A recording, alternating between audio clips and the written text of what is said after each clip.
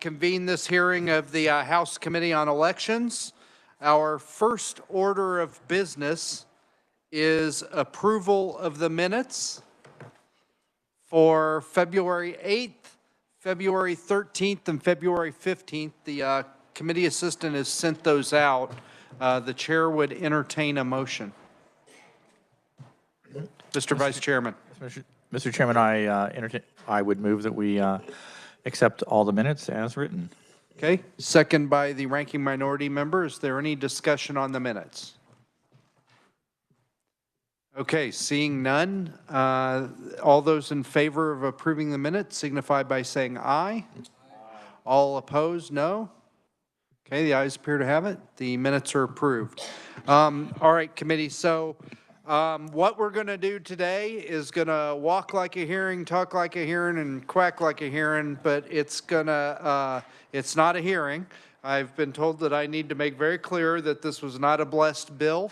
The idea here is to have this is a great idea. We're going to have a conversation about the idea, push it, pull it, twist it, see what we might want to do with this in the next session, and what changes or improvements we might want to make before we brought this to the larger body. So with that, I would like to ask the reviser, Mr. Heim, if he could give us a quick overview of what 2617 would do.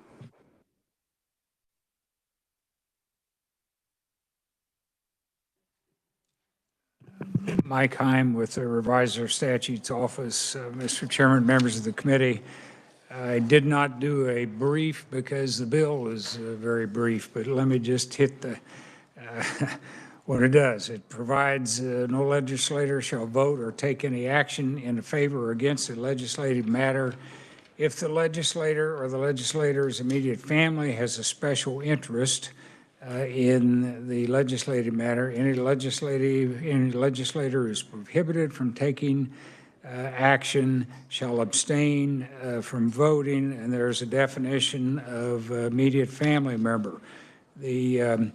There's a provision of the state governmental ethics law is amended to add sections 1 and 2 of this bill, so it now becomes part of the ethics law.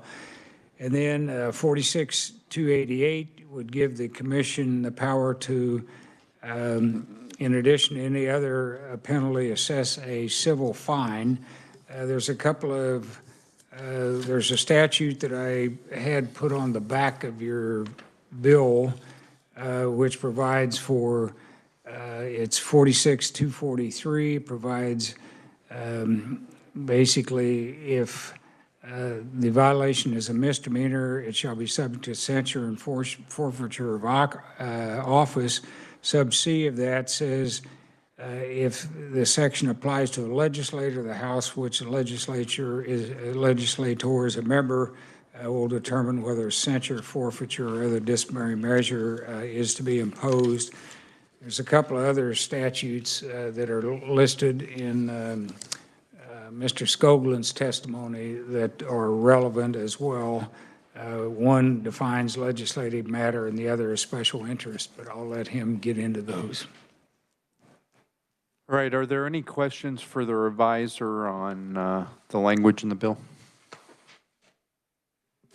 Okay, seeing none, you're off the hook. Thank you. Oh, wait, no, I'm sorry, Mr. Vice Chairman. You were so close. Sorry, a little bit late to the chase. I guess my question is, so looking at the bill in section 4, it provides for certain kind of monetary penalties. And then this 46-243 tends to have a different set of penalties. Are these different types of violations, or what is the difference there? Well, the one provides that in addition, section 4 says, in addition to anything else, the Ethics Commission can fine you. Okay. So that would be on top. All right. Thank you. Okay, Mr. Ranking Minority Member. Thank you, Mr. Chair. Thank you, Mike. I'm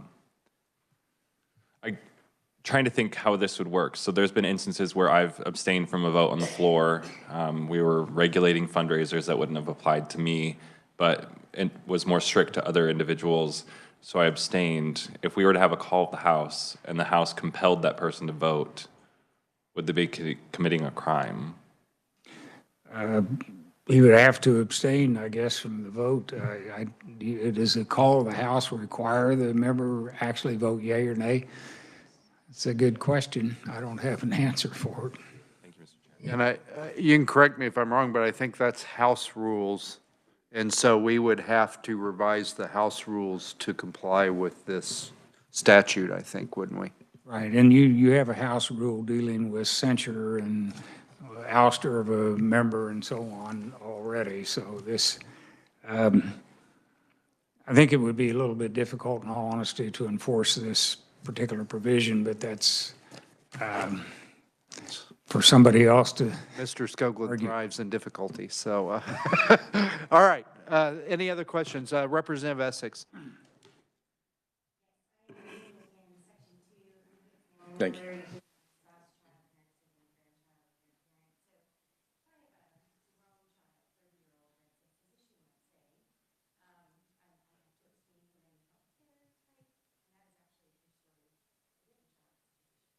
I'll let you ask Mark that question. He's the one that would decide some of this. Representative Berquist.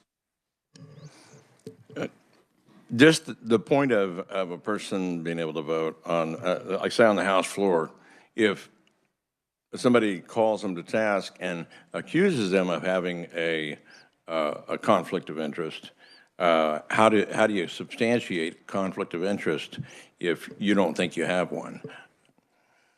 Again, it's not covered in this bill, and that's one of the problems with this is if you're a banker and you vote on banking legislation, does it directly affect your business or not? If it doesn't, I mean, I don't think it would be subject to any type of censure or whatever. Okay, Mr. Vice Chairman. Thank you again. In section 2, the definition of immediate family member, is that standard? I mean, spouse, child, parent, sibling, that's what I would think of, but grandchild or grandparent, is that usually considered immediate in statute? I think there's different definitions but I think that's fairly standard. I can get you some examples. Since it's informational, I will pass, but I did have a. Representative Oropeza, did you have a question? Okay. All right. Representative Howell. Thank you, Chairman. So is there anything in this bill that says like, the conflict of interest has to like be a monetary conflict of some sort? Like Typically, the conflict of interest in the ethics deals with contracts. And you can't, if you've got an interest in the contract, then you're not supposed to vote. But most legislators aren't going to be dealing with the contracts, which is a typical conflict of interest kind of issue. This deals with voting on a legislative matter where you have a direct conflict of interest. And I think that's going to be a little bit difficult to define what the parameters are. Yeah, Representative Miller. Thank you, Mr. Chair, and thank you for allowing me to sit in on this committee today. You have rotating Millers on this Yes. committee. It's your turn. So there's a few of us.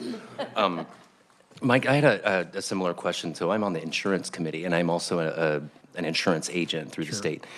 So would this affect my ability to vote on insurance committee bills that would pertain to, I think there's quite a few of us who are on insurance, actually. My interpretation would be no, as long as it wasn't, you were going to get some direct monetary benefit because of the bill. An example that I could come up with is a claims bill where there's a claim, you represent the claimant, and you're going to get a piece of the money, and then you would not be able to vote. But in terms of the others, again, maybe Mr. Skoglund can come up with some better examples. All right, I'd like to leave plenty of time for the conferees because I imagine they're going to have more insights on this. So thank you, Mr. Heim. I'm going to change the order on your agenda a little bit here and bring up the person who's responsible for all this, Representative Carlin. Welcome to the committee.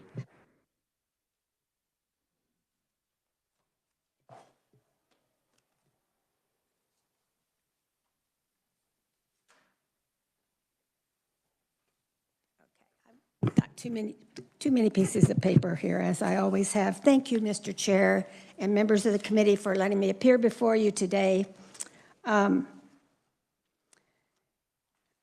Before I start, I'm going to read my testimony because it's short, but I also contacted Mark Skoglund after I filed the bill and we got a hearing. So I want you to know that because of his position. I just thought he could help me to answer your questions, and he was happy to do so, as well as Representative Haskins. I said, please come and help. I stand before you here today in support of House Bill 2617, which amends 46214A and 46288. I bring this legislation before you for your consideration and ask you to consider the greater public interest that it represents. I came to the legislature in 2003 after serving 4 years on the Manhattan City Commission and as mayor 1 year.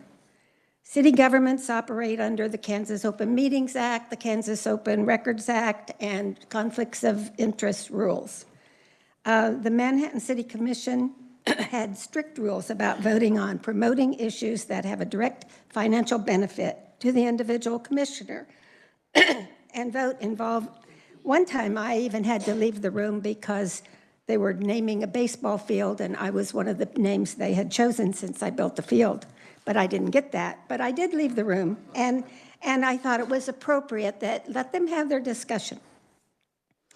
And an earlier city commissioner, in probably late 80s, had been removed from her position on the commission because she voted on a contract for that would have a direct benefit to her business. And she was voting for her own contract, but she was removed from office, and that was pretty disruptive for the community and something I've never forgotten. And I brought that with me when I came to this job. The bill before you would be known as the State Governmental Ethics Law. It gives authority to the Ethics Commission to assess a civil fine after proper notice and an opportunity to be heard against any person for a violation of KSA 46215 through 46286. Over the past 21 sessions, I've witnessed many times that legislators bring bills to committees or the floor or the House to directly benefit themselves or their business. The reason I bring this bill is that when I first checked to find out about our conflict of interest statute, when a person made a motion that she said in the motion, my son will benefit from this. And I said, So I called them and they said, we do not have anything on the record about conflict of interest of legislators. So I've watched it for many years. No Kansas legislator has violated a law. I'm not here to condemn anyone, and I brought this early last fall. I had it written before anything happened this session. I've had to explain that to my constituents time and again as they bring to my attention what they perceive as illegal representation of an issue or an unethical behavior of a representative. Conflicts of interest can be sticky wickets, and representing the interests of those who send us here, we must balance our own personal interest, our constituencies' interest, and the stewardship entrusted to us as Kansans so that all may enjoy its bounty. We bear a huge responsibility to the people of Kansas. Mr. Chair and members, I ask you to give your most thoughtful consideration to the legislation before you and recommend it favorably for passage, even if it's next year.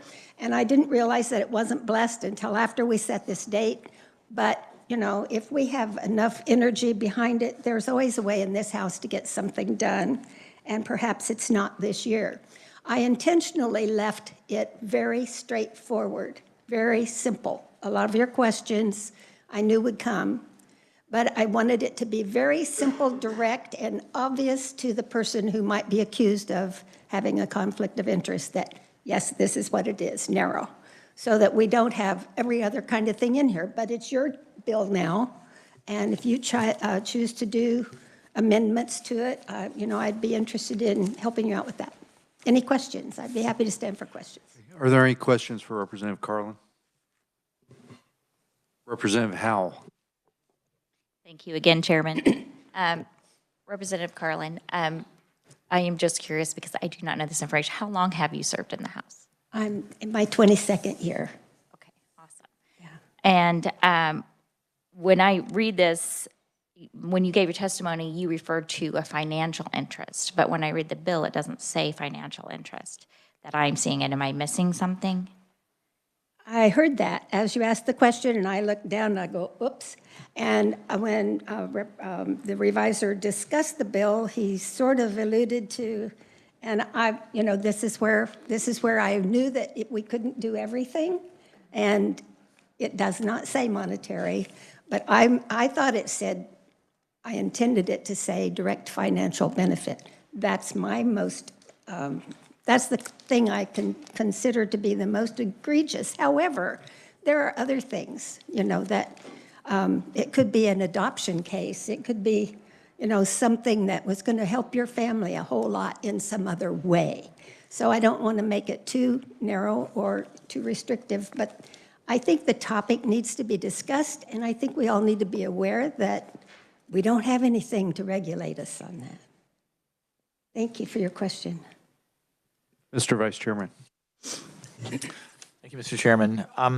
Thank you, Representative. This is a very interesting bill, and I appreciate you bringing it to our attention. I guess my first question is, do other states have this? Yes. And is it how common, or have you talked to NCSL or somebody? Or Yes, I talked to NCSL. Thank you for the question. This is the stack I printed off of their bills, and I thought, I could have had a lot of people in here to talk about this, but it's not going to happen right now. I want you all to help with this, but I noticed that there were 2 or 3 that I marked were New York. For example, a conflict of interest exists if a legislator has any interest or engages in any business transaction or professional activity or incurs any obligation which is in substantial conflict with the proper discharge of his or her duties in the public interest. So that's one. But I'd be happy to provide an email to you that would list them all. I mean, it's just like 19 pages of short little vignettes about it.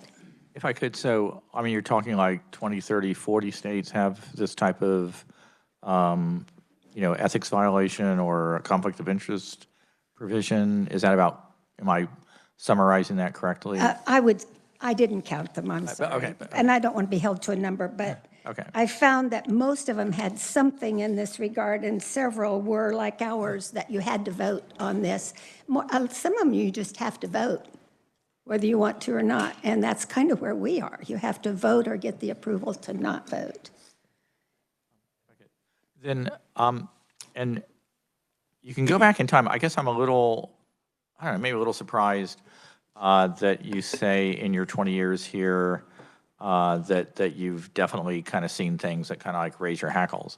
I mean, obviously changing names may be situations so it's not at all identifiable or go back in time enough. You say what? Protect the innocent. Protect the innocent. But we've discussed already about an insurance, like someone who's an insurance agent, like voting on an insurance bill. Does that, I think you're talking a little more specific sort of nexus. I'm trying to be as specific as possible so there would be no doubt if an accusation is made, whether or not it's true. I just don't want to see, I'm not trying to drag people in front of us and, but I'd like to be able to say, hey, you shouldn't do that and have them understand. But we did have a person in my earlier years who was an insurance person. I don't know whether he was an agent or an owner. And he said, this will benefit my company, my business. He said it at the microphone. So it's not, nobody's breaking any law at this time. That's the point. So an example from insurance committee, going back to there. So, you know, if there was a bill, which of course I think we did have here a year or so ago, where the state insurance department was going to reduce all their fees on insurance companies. And so if you owned an insurance company, that was going to be a direct benefit. Of course, you amongst hundreds of other insurance agencies, it wasn't targeted specifically at you. Would you consider that enough that they probably should have like reclused themselves? Or how would you? I think that my feeling, it needs to be a substantial interest. And if it's just and for example, you could vote on the budget if you're a teacher and you get your salary raise. I mean, we aren't trying to, that's why I made it so straightforward. So you all can look at that and say, you know, this is something that ought to be there. But that wasn't, I didn't feel I needed to do that with these able-bodied people here that could do some of that. Okay. We bring something, and again, kind of not exactly, but where you have a special fund for a bill that's passed that goes to the benefit of an entity that you have some sort of financial interest in, you know, I mean, you would, that's kind of what you're targeting. I mean, things like that where it's more, you know, maybe not clear, it's not going to the, you know, Paul Wagoner, whatever, defense fund or something, but it would be, yeah, whatever. Yeah, I mean, just, yeah. But you know, but it would be going to something that hypothetical, that I'm asking for a friend. No, that the if it would go to something that you know, something that with a little investigation, or perhaps even like a newspaper reporter with a good nose for news would say, oh, that special fund that actually that person who was, you know, leading the charge on the bill, or even if they weren't leading the charge, even if they just voted for it, that's kind of more, I mean, I'm kind of giving that as an example of what I'm thinking you're getting at.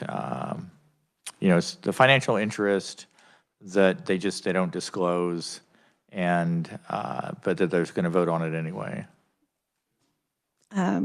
I think you get what I'm trying to say, but let me tell you just one thing that happened in our family. My husband and I started a business called Kansas City Dental Care. It was the first prepaid dental business in the United States. And we tried to open in Kansas, and our laws were too restrictive. I was a city commissioner. I was not on this board.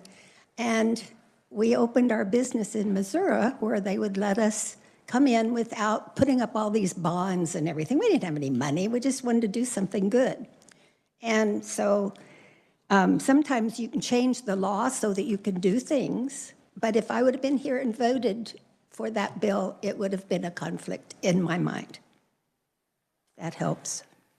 Representative Berquist and Representative Essex. Yes, I'm having a little bit of difficulty finding how much more benefit we can get from, in addition to what I had to fill out 29 years ago when I first ran for political office, and that was a statement of substantial interest. And to me, that statement of substantial interest, basically, if I was telling the truth anyway, it became a template or a roadmap of what my financial picture was. And each time that I had to refill that out, and even here at the state level, I had to fill out what my statement of financial interest is. Someone could compare that if they really questioned and knew that I had some great interest in something specific, they could go to that public record and see what that substantial interest statement said. Why is there laws needed to make it even more specific? I think that might be a good question for Mr. Skogland when he speaks, and I'm going to leave it at that, except to say my substantial interest form, I'm required to report my income. My income comes from a charitable trust. It has a bunch of bonds in it, a bunch of stocks. I mean, it doesn't tell you anything. So that might be something that we could look at. When you have, like when we owned our business, we've sold it. If I owned it now, it would be, I'd be able to list that. But now that we've sold it, we created trusts and we don't have that. So I have farmland on there, but, you know. Well, just to follow up, because being a board member or being on a company or having stock in a company gives a little bit more weight into a particular company. If it has a lot, enough to have to be on the statement, it tells that you have a specific interest in that company. Then you can make a decision. I think you can make a decision as to whether you believe that from your open public statement that whether or not you have a conflict. I would defer anytime and let the body decide, the House body decide whether or not they believe that's a substantial problem. They vote then they make the decision as 124 people to decide whether or not they think I need to abstain. And they say, we need your vote. And I either don't or I move on. So, I mean, it's just, and Mr. Skoglund may be able to help more a little bit. And that is what our current law is. But if the body is unaware and we don't confess it, then it just goes on. So this would at least require us to say that, perhaps, if that's what we decide to do with it. Okay, I'd be glad to sit here or come back up if you need me. Representative Essex.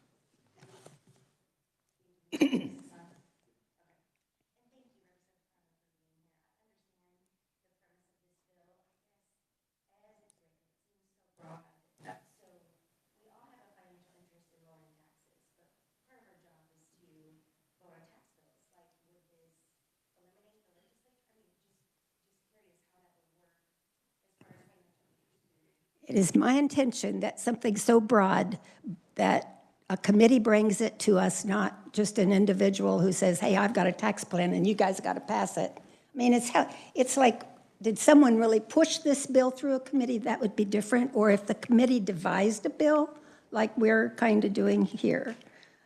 And I think any reasonable person would say, yes, you can vote on your tax bill. We all pay taxes.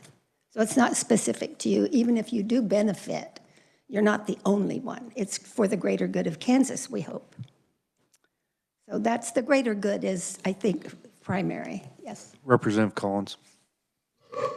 What about if, say, this were to pass and something came up that a lot of people was afraid they might have a substantial interest in, and they don't know whether they should vote or not.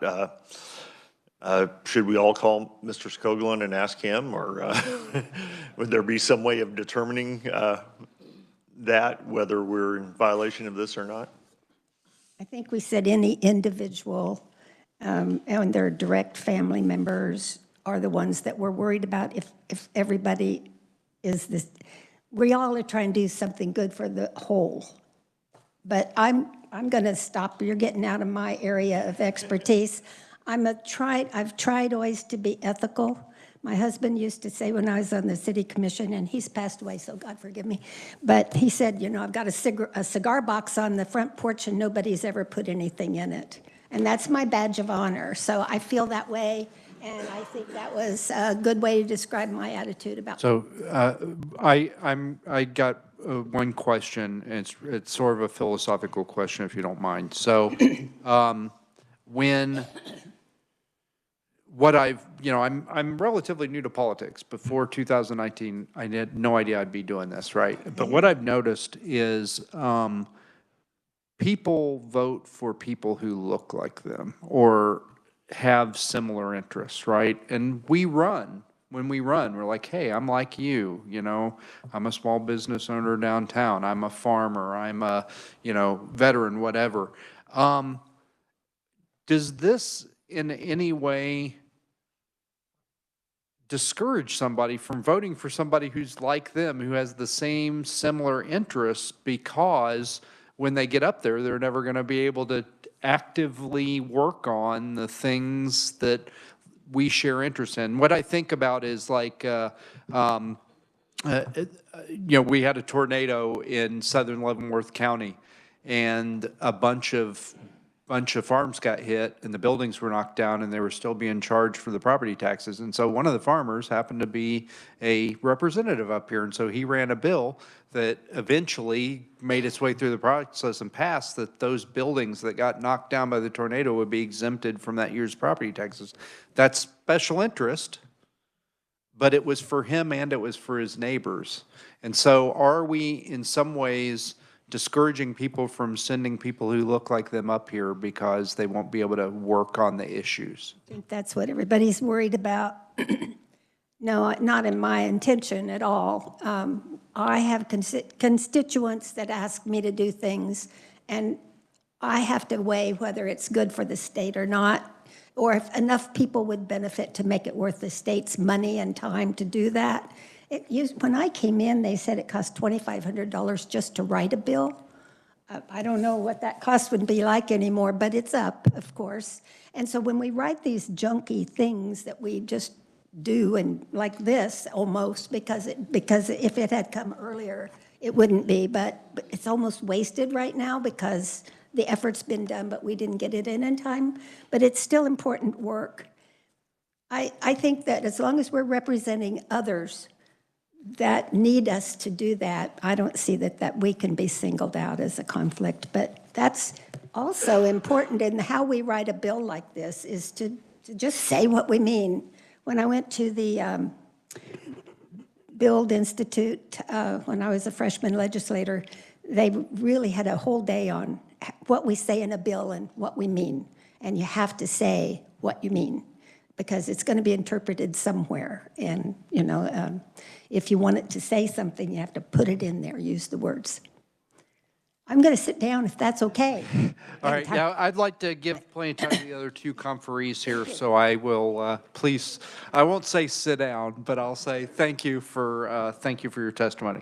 All right, our next conferee is Representative Haskins. Welcome to the committee, sir.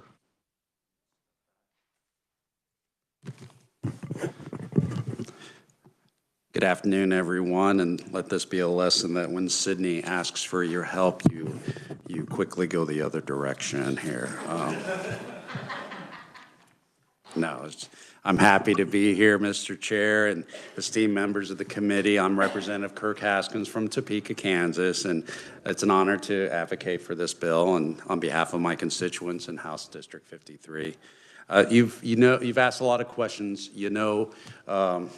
Probably more than about this bill than I could probably share, so I'll just add a little bit of perspective from where I come from this. And though some may argue, and the questions are valid, that such measures in House Bill 2617 are overly restrictive or unnecessary, I firmly believe that the basis of this, the benefits outweigh any perceived drawbacks. You know, we must continue to be proactive in building steps to preserve government's integrity, and by addressing conflicts of interest, we contribute to the collective effort, if you will, that we've seen across the country, contributing to building, if you will, a stronger border of integrity of our government process. You know, this is not only about Kansas. This is also about the nation as a whole. It reflects a larger national dilemma, such as we've seen instance after instance. I mean, just go back to looking at Purdue Pharma and the opioids and the investments they made in the federal legislators. You know, if you Google in preparation for this, because I wanted to be somewhat sound and understanding and not just offer a personal opinion, if you just Google conflict of interest in Kansas legislation, you will find a history that Kansas is not obviously removed from grappling with the challenges surrounding conflict of interest. And during my first term, which I'm currently serving, I have observed instances where my colleagues fail to adequately address this conflict, and voting in favor, in which I perceived was a direct connection to their personal gain. And just even recently, if you look at regional media coverage, they have raised concerns about ethical behaviors of some current Kansas representatives that are currently serving with us. And this was just in the past 2 weeks. You know, passing House Bill 2617 is a crucial step in safeguarding the integrity of our legislative process and bolstering trust in political processes nationwide. So I strongly endorse this bill and support it because it's deeply rooted in my values, and I believe it's deeply rooted in all of your values. This is why we're here, to serve our constituents. As an elective official, the commitment to ethical conduct is not just a duty, but it's a moral imperative that we need to talk and address more specifically. One would think that it should be common sense. Do unto others as you would want them to do unto you, or do unto others as they want to be treated. These are lessons that we've learned from our scripture and our Bibles. We know what's right, but do we always know what's wrong?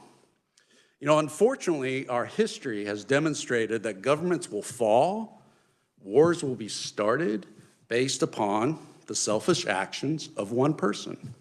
In my class that I teach at Washburn University, I teach business management, and I often quote Plato's book, The Republic. I know everybody reads that, right? And in the book, he shares the lessons of philosophy through his teacher, Socrates. And Socrates asks his students, shares the story of the ring of Ganges. See if this sounds familiar to you. The ring possessed the special power of invisibility. And he looks at his students and he says, if you have such power and you were left unchecked, how would you behave? Now that is the beginning of the ethical question, ethical behavior. And so I share that support to my students that we as humans decide, as businesses, as organizations, we make decisions based upon what is right and what is possible. See, this is not to be a restriction of power as much as to build awareness of what is expected of you when you serve the citizens of Kansas.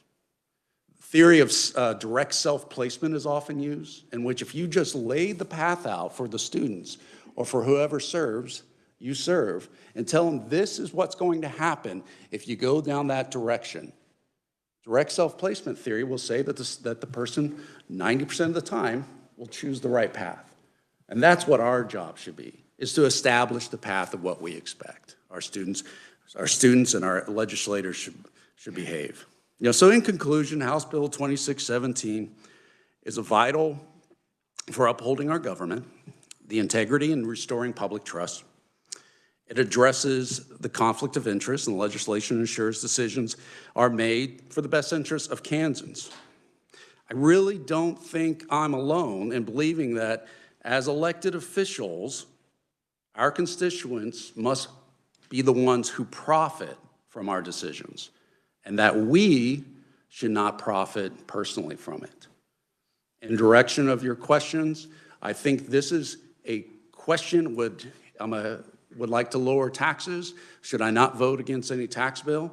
I believe that we can use a rational common sense about this. If this is the betterment of those that we represent, both who voted for us and those who did not vote for us, then we should make the decision. But if it's directly tied to the success of my business, and the only bills that I'm sponsoring are directly tied to my business, folks, it's not right. And we should take a stance and just hold ourselves accountable. And if the opportunity arises, I encourage you to support House Bill 2617. If you want a copy of The Republic, Plato, I will gladly give you one for nighttime sleeping. And with that, I'll answer any questions at the appropriate time. Thank you, Mr. Chair. Are there any questions for Representative Haskins? So you're not getting off that easy. So, no, I'd ask, as an alternative to this mechanism, right? Because this mechanism is, don't do this. If you get caught, we're going to punish you.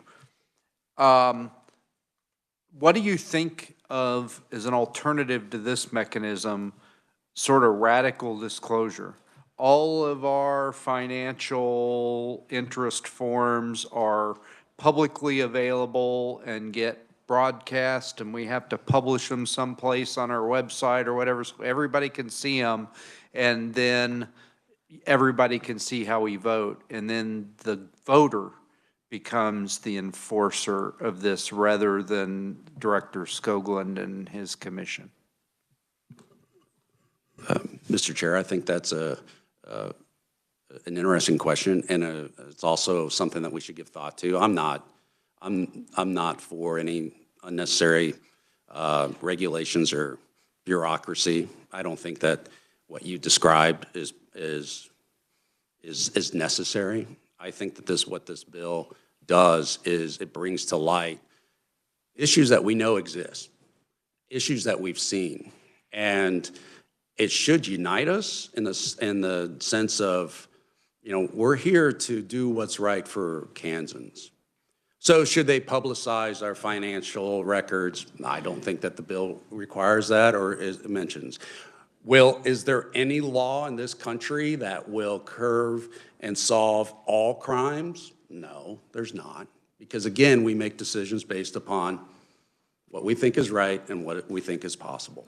But it's a good step, and I appreciate the conversation, and I thank you for even knowing that this has not been blessed, that we're having it, and this, again, just demonstrates, inspires me that, we're heading in the right direction, and that the bipartisanship of this is present. So, but again, if Sydney calls, run. All right, are there any other questions? Mr. Vice Chairman. Thank you, Mr. Chairman. Thank you, Representative. Interesting testimony.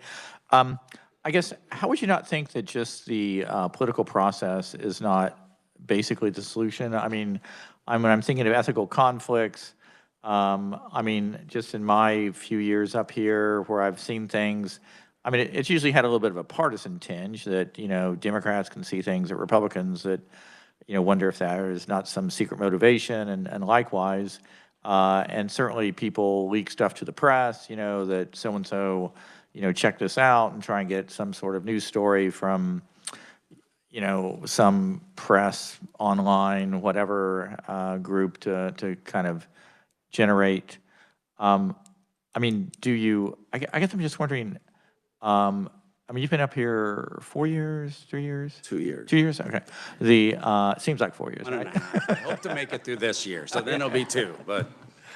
But, I guess I'm just wondering, and prior to this, did you work for a university? Yeah, I work for Baker University as Okay. associate professor and chair, and so we deal with these governance issues internally. Okay.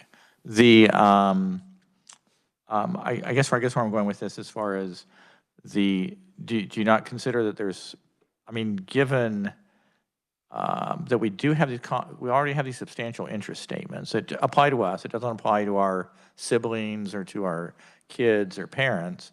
But you don't think there's just enough of knowing from that, that just the general political give and take would not, keep people at bay, or I don't know. What do you think? I again respect the question, and I think that in that case, you definitely make a good point on, I think in theory, that process, the political process that we have now should regulate the behavior. And I also will openly admit that there's nothing we can do that would be 100% solvent. I can't make everybody behave correctly. The point I would just, I guess the point that I would ask everybody to consider is that last year when I stood up and made it clear that I had a conflict of interest on a bill that would directly impact my work at Baker University. And being a freshman, I completely understand it. I voted, I talked with my leadership, they told me how to vote, I voted present. I still had to come up to the floor and justify my vote, which those are the rules, sounds great. But when I left, I was talking to some colleagues, and they made it the comment of, well, that vote spoke volumes of you, Kirk. Like, we learned a lot about you in that. And I took it as a compliment of character, but then I thought, wait, this is kind of common sense. Why am I getting celebrated with this? And so then I just kept being of interest of that topic. So there is nothing that will be 100% solvent. I do think that this brings issue and address current stories and current examples, and I think it's the right step for that. But we, as a body, must also self-regulate this. It can't be an external enforcer. We know who we work with, and we know that why we're here, and if we do have a question, I should have an opportunity to address this, actions. I don't want to go up to the person at the well and say, don't you have this? Isn't this you? No, that's not give or take, it's not healthy. But what are my options? You know, if I know this. So, yes, you're right. And I just hope we don't forget this conversation, because I think there's opportunities. And once I get past my second year, ask me again. Maybe I'll have a different answer. All right, any other questions? Okay, Representative Berquist, did you have a question? Yeah, real quick. I appreciate your candid comments, and I really believe that you're saying that you operate in the same sense that most of us try to operate, and that is that we think what is going to be the best thing to not shed any doubt in our constituents as to what our motives are. And it's not a matter of whether we could actually be substantiated, but whether or not people believe we're acting above board. Short example, in 2005, I was mayor, and an ice storm knocked out the entire town. Knocked out a lot of southeast Kansas. And my prayer was that my power would not come on until the rest of the town did, for the reason that it could be assumed by people that are jaded with politics that, sure, mayor's power went on. So the position of power, not just your financial situation, but the way you present yourself is readable to the people, even though you may have $1 million close by that seems, but if you're, fortunately, on the way they triage electric systems, my circuit was 4 houses, and it was the very last circuit in the entire city to get turned on. Careful. And no, I did, and I burned a lot of hedgewood in my wood-burning stove. And the electric crew stood out in front of the house when they flipped the switch on the pole, and I had my Christmas decorations still on the front of the house, said Jesus. And the whole crew looked up there, and they saw the lights come on. They said, Jesus. And I said, thank you, Jesus. So it's really a matter of how you do day by day that people are gonna know who you are rather than you have, and that's why I think maybe the substantial interest might be enough, but I'm really appreciating listening what you have to say. And I thank you for that. And again, you're spot on. You know, there's nothing that we could probably do to make serving in the State House a positive reputation for all of our constituents to look at us. It just goes back to when you're by yourself, what decision are you going to make? You know, are you going to make what's right, or are you going to decide on what's possible? And we need to guide that discussion and bring that discussion to light. But I will defer to those who have been around the block a little bit more. If I can be of a service and help and share my views, I appreciate the opportunity, Mr. Chair. All right. Okay, seeing no more questions, thank you very much. Our last is there anybody else wishing to speak as a proponent, since we're pretending, or at least going through the process of deliberating this bill? So, all right, seeing none, I will ask our next conferee, Mr. Skoglund, to come up, and welcome back to the committee. Thanks very much. Appreciate the opportunity to be here. Apologies for my slightly scratchy voice. I'm glad this hearing was today and not yesterday. You wouldn't be able to hear me even with the mic. So you can hear me now, which is good. You have my testimony. It's neutral. There's a few things I just want to point out about this bill generally. The first one is that right now, there isn't a general prohibition against voting on something that benefits you financially in some way. There's no generalized prohibition against that. The current prohibitions are that you cannot participate in a contract with an entity that you have a substantial interest in unless that contract goes out for bid. Legislators typically don't do a lot of contracts, so that on behalf of the state. So that doesn't really come up for legislators very often. You also can't take a campaign finance contribution as a quid pro quo for official action. Again, this does not come up particularly often. So this is the kind of thing that this in the same area, that's the types of things that end up getting prohibited. So this area is not prohibited right now. The second thing I want to make sure to talk about before I really dive into some nitty-gritty in my third issue that I want to mention is in my testimony, I do mention that there's probably, if this bill does get worked at some point next year, it's probably a good idea for there to be some sort of an amendment to allow the legislature to participate in actions that affect the workings of the legislature. For example, if hypothetically the legislature were to consider a bill about legislative salaries or the legislative budget, which you have to pass, then you would have a special interest in that. You would be prohibited under this bill from voting for that. So there needs to be an amendment that would allow you to do the work of the legislature, essentially. But the third thing that I want to make sure to mention, those of you with caffeine, it might be a good time to take a good swig because we're going to get a little technical, is substantial interests and special interests and the way that we might approach it in a bill like this. So right now, you all know, you fill out the statement of substantial interest every year. Typically, we talk about a substantial interest as one of three things usually. You've gotten a gift of over $500, you've got income of over $2,000, or you have an equitable interest of $5,000 or 5% in some entity. Those are usually what we talk about. You also can be a board member, things like that. But usually, that's what we talk about as a substantial interest. And you usually have a substantial interest in some entity, a business or organization. Those are disclosed on your statement of substantial interest form. I also file one, though I don't have very many, but everyone files these substantial interest forms. There's about 6,000 that get filed in Kansas. So that prohibits you from, and any state employee from, participating in a contract with any of those listed entities. Substantial interest is a little different than special interest. Special interest is defined in statute as essentially, you think about that, you don't have a special interest in an entity, you have a special interest in a legislative matter or something in front of the legislature or an executive branch agency.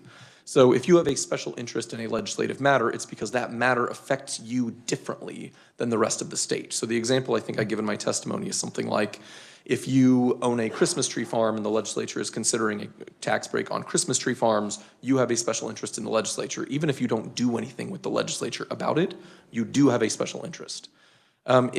However, if there's a bill to change tax brackets or change the tax laws in some way that affects all Kansans, then you aren't specifically being isolated. You're not being treated distinctly in any unique way. You do not have a special interest. Now, I will say that we talk about special interests usually when we talk about the people having some sort of special interest when they're talking about giving gifts or something like that. It's usually pretty easy to determine whether an entity has a special interest on the executive branch side, because on the executive branch side, there's not a lot of gray area. You either have a special interest in an entity or a matter, or you don't.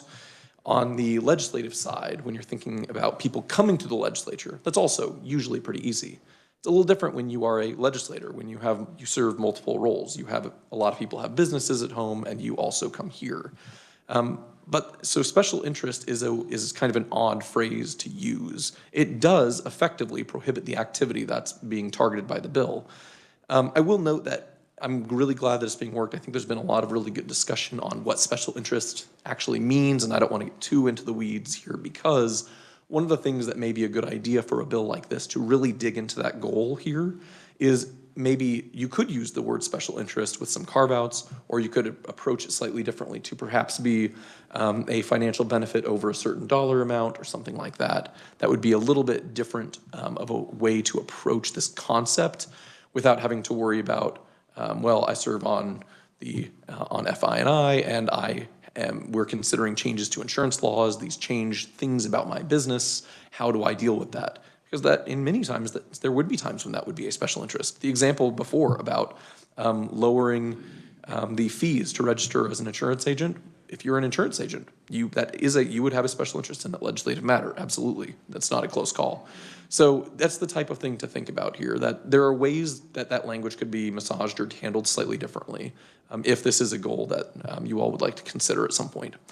I wanted to leave as much time as possible for questions and not to make anyone fall asleep too much with too much technical statutory talk, but I wanted to make sure to get some understanding of these terms at the fore. All right. Any questions for Director Skoglund? Representative Collins. Thank you, Mr. Chair. I've got a couple things here I want to mention. But just to full disclosure, I did introduce a bill this year that would affect my business. But I mean, I have it's such a small business, I wasn't going to get rich off of it or anything. But still, if this were to pass, I would, and even if it doesn't, I will take that into consideration. But like I said, my bill just basically died this year, so it's not an issue right now. But it says here to vote or take any other action. So if a person had an interest, would that mean like in a committee meeting, they could, as a legislator, I couldn't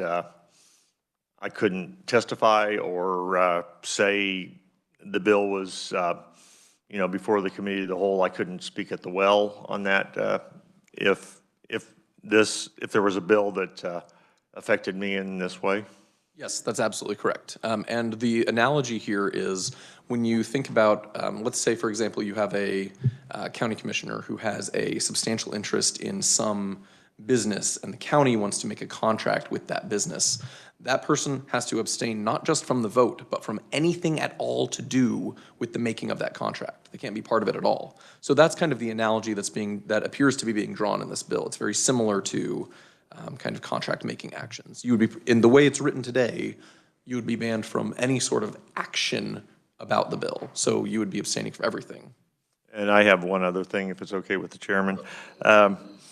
And then here, an immediate family member means spouse, child, parent, sibling, grandchild, or grandparent of a person. Well, what about like step relatives or in-laws? Would they be included in that as well? Sure, so not as written, I don't believe. There's a few ways to approach immediate family. The nepotism laws are actually slightly broader than this. They do specifically include half siblings, step relatives, things like that.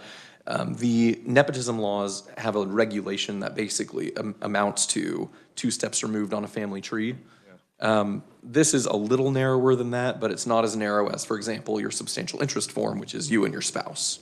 So that's really all that ends up getting disclosed on an SSI. So it's a little broader than that, but it's not an uncommon way to define. Okay, because once back in my previous life when I was on the city council, I abstained from hiring a second cousin, which probably, and I still and she was hired, and I still caught hell for it, even though I didn't vote for it. But anyway. Even under the state's nepotism law, you can, an executive branch employee would be able to hire a cousin, because it's technically 3 steps. Yeah. All right, thank you. Okay, any other questions for Mr. Skoglund? Mr. Heim, that was a surprise. He just likes to scare me. Fueling lawyers. I'm curious if campaign contribution could ever be considered a substantial interest or special. It's a good question, and the answer is no. There's a specific section in Chapter 46 that says that a campaign finance contribution is not considered a gift unless given in exchange for official action. That's the quid pro quo prohibition. That's when it would become a gift and subject to all the gift laws, which is why it's prohibited. But no, campaign finance contributions are in Chapter 25. This is Chapter 46. And the only time the twain shall meet is if there's quid pro quo for official action. Is there any, very careful about that. another question, I'm sorry, thank you. Is there any limitation on the number of people that could, or who could bring a complaint before the Ethics Commission? No. Anyone can walk in the door with a complaint. In practice, most people refer things to us and say, we think there's a violation here, can you do something about it? And which is part of why most things that are referred to us, we get to handle through education and prevention And then of the remainder that require some sort of enforcement for one reason or another, I'm often the complainant. So I would say I'm the complainant in something like 98% of complaints in the commission, though most of those are because someone didn't file a report. We will not accuse you of complaining a lot, though. Okay, so you gave the example of I've got a Christmas tree farm, and we're about to vote on legislation that affects Christmas tree farms. What if the county is Christmas tree land? Like everybody in the county is in some way connected to the Christmas tree industry, and every other person in the county has a Christmas tree farm. You're probably going to get sent up here by that county to represent them because you have similar interests and you represent them. Would a bill like this create a perverse disincentive where that's the worst person you could send because once they get up here, they can't be on any of the relevant committees and they can't vote on any of the bills that affect your county? I don't think so. It could be. I mean, I think that that's a fair concern to have. I don't think in practice that ends up happening, but this is really just based on kind of the way that we look at voter behavior and things like that and how they interpret things. It's often difficult enough for voters to interpret campaign finance data. Certainly, it's difficult for them to interpret statements of substantial interest that most people never go look at, even though they are definitely publicly available and people should use them as information about the people who they elect.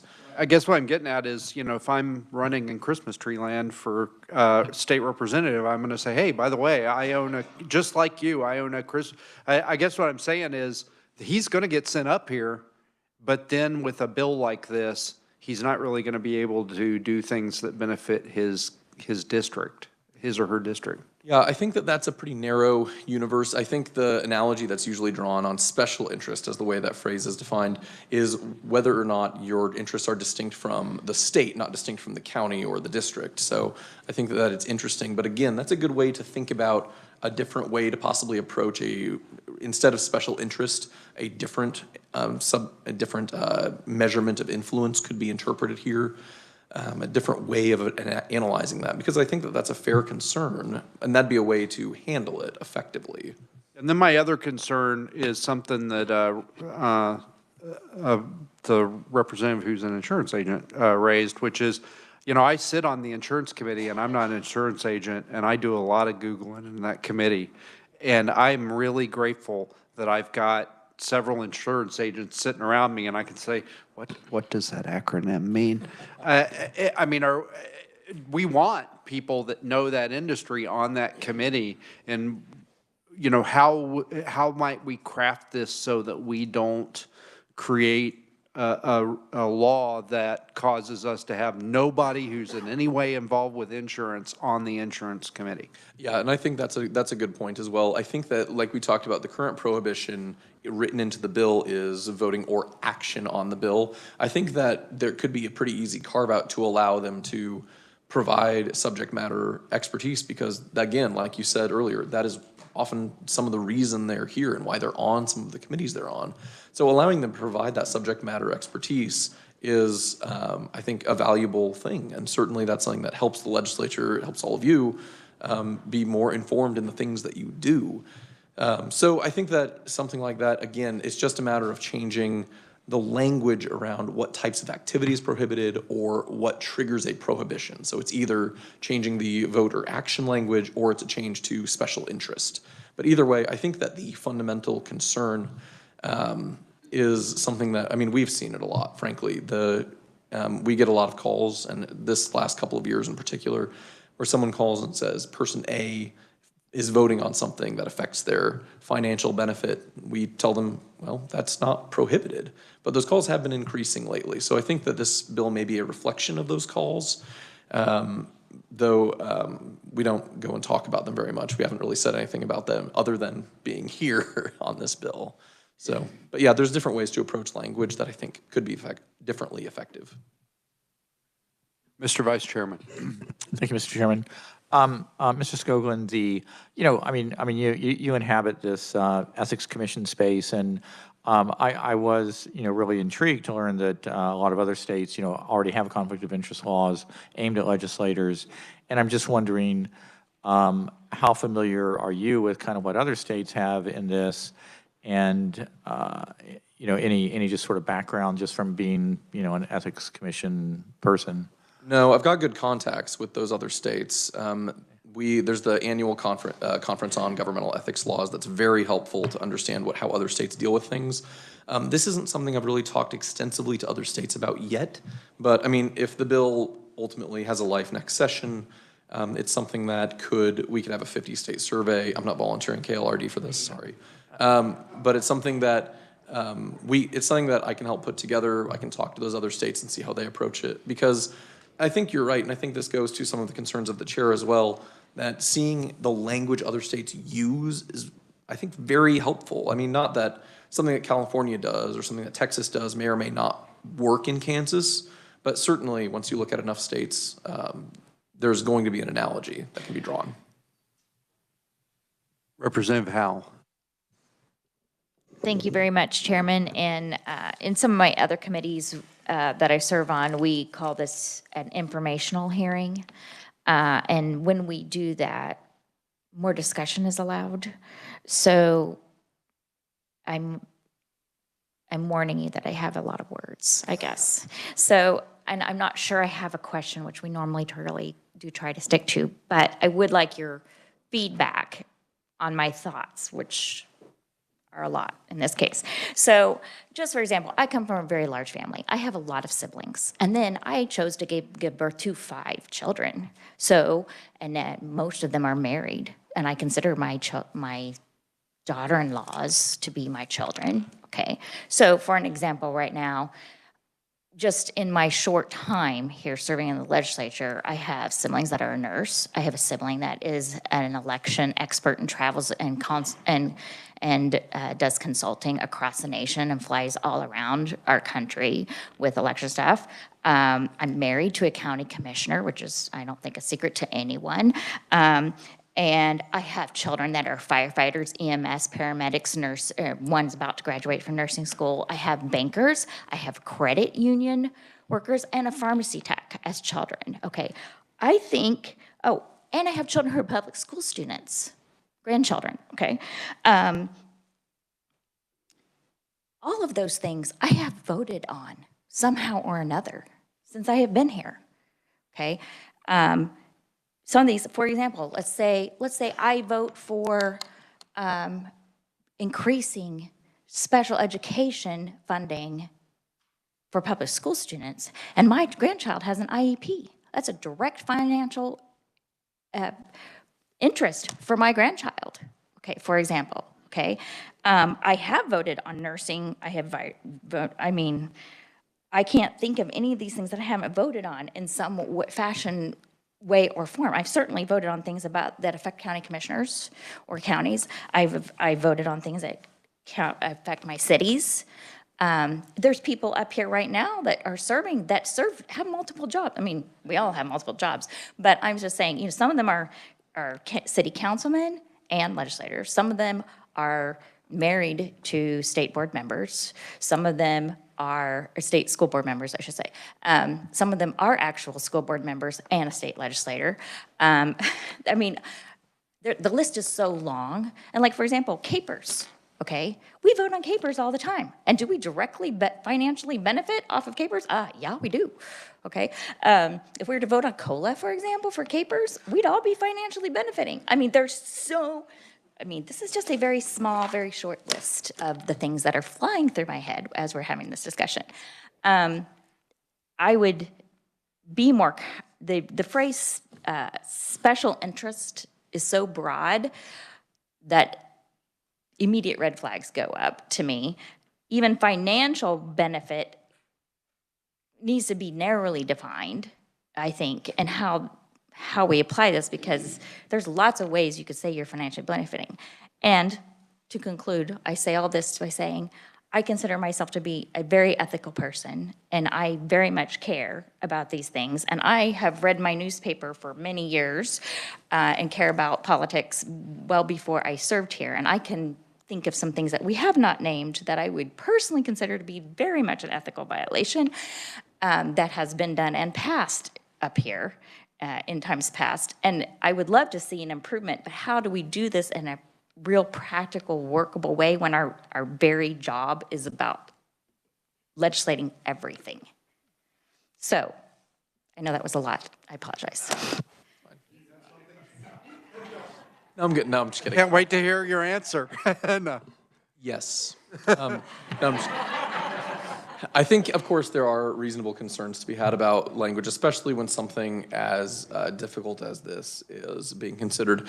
I do think there's a couple things. Number one, I think seeing how other states deal with it, because the issues that we deal with as a citizen legislature here are not unique. They are unique in some ways to Kansas, but they're not unique nationwide. It's something we see this in other places. So seeing how those states handle these issues, I think is really helpful, and seeing, because I can't imagine a universe where all of these issues we're talking about today are things that are real problems in these other states that have passed not entirely uncommon prohibition. So seeing the language that they use will be helpful. I agree with you that special interest is a phrase that special interest was really, it's used in a different way elsewhere in the statute. So using it here, again, I think that that's something that should be considered as maybe a different approach than the phrase special interest, which is specifically defined in Chapter 46. But there are ways, I think all these concerns are important and helpful, but there are also things that we can address by changing the language. Now, again, I'm here neutrally. I have no dog in this fight. I just want to have something at the end of the day that if something gets passed, we are well equipped to enforce it and handle it. So that's where I'm coming from here. These questions are things that I'm glad would happen now and not after a bill passes, for example. Just something that you hit on, the fact that this is a citizen legislature complicates it, right? And the converse is also true. Do you really want a professional legislature that doesn't have any of these interests? I think one of the beauties of our system is that we do have to go back to our districts and do another profession, and so that's point well taken. Right. Seeing no other questions, thank you very much. Appreciate it. All right, committee, I'm going to close this hearing. I want to call your attention to a change to the schedule that we put out. So just to keep you abreast of where we're at, the Senate has not actually moved across the floor any of the bills from Fed and state that touch on the Elections Committee and might be referred to us because they're an exempt committee. So they've got all the time in the world. Unfortunately, we do not have all the time in the world. And so what I have done for the next week is I have scheduled informational hearings on bills that have passed through the Fed and State Committee that are very likely to pass across the floor at some point, so that we've at least heard them before. And if they do pass across the floor and we have to deal with them, we will have, we will be familiar with the topics. What always used to frustrate me, and continues to frustrate me, is we pass a bill through one house and then it gets slammed into a conference committee and goes straight to the floor, and the other houses never even had a hearing on it. So the idea is, if for some reason those bills end up being conferenced rather than passing through this body and passing through the House, we will have had a hearing on it. So when we're on the floor and people are asking questions, you will have had the opportunity to hear from conferees and talk about these issues, and we'll be able to talk to our colleagues intelligently about the issues that they touch on. And so for next week, we'll be having on Tuesday an informational hearing on Senate Bill 368, which is about ranked choice voting. And then on Thursday, Senate Bill 365, which is the 3-day grace period, about the 3-day grace period. So have your questions ready. The change has been published, so hopefully we'll get plenty of conferees on those so we can have a good discussion on both of those issues. Is there anything for the good of the order? Representative Berquist. I just want to add one more thing to the benefit of these hearings, these informational hearings we're having, is that they all go on recorded permanent record for the folks that are interested to be able to go back and they are aware that an informational hearing was made and some of the same information at deliberation, all these intense questions we come up with can be benefit to the ones that have doubt about whether we're actually doing something off the cuff for the moment. Thank you. All right, anything else for the good of the order? All right, if there's nothing, thank you very much. We're adjourned.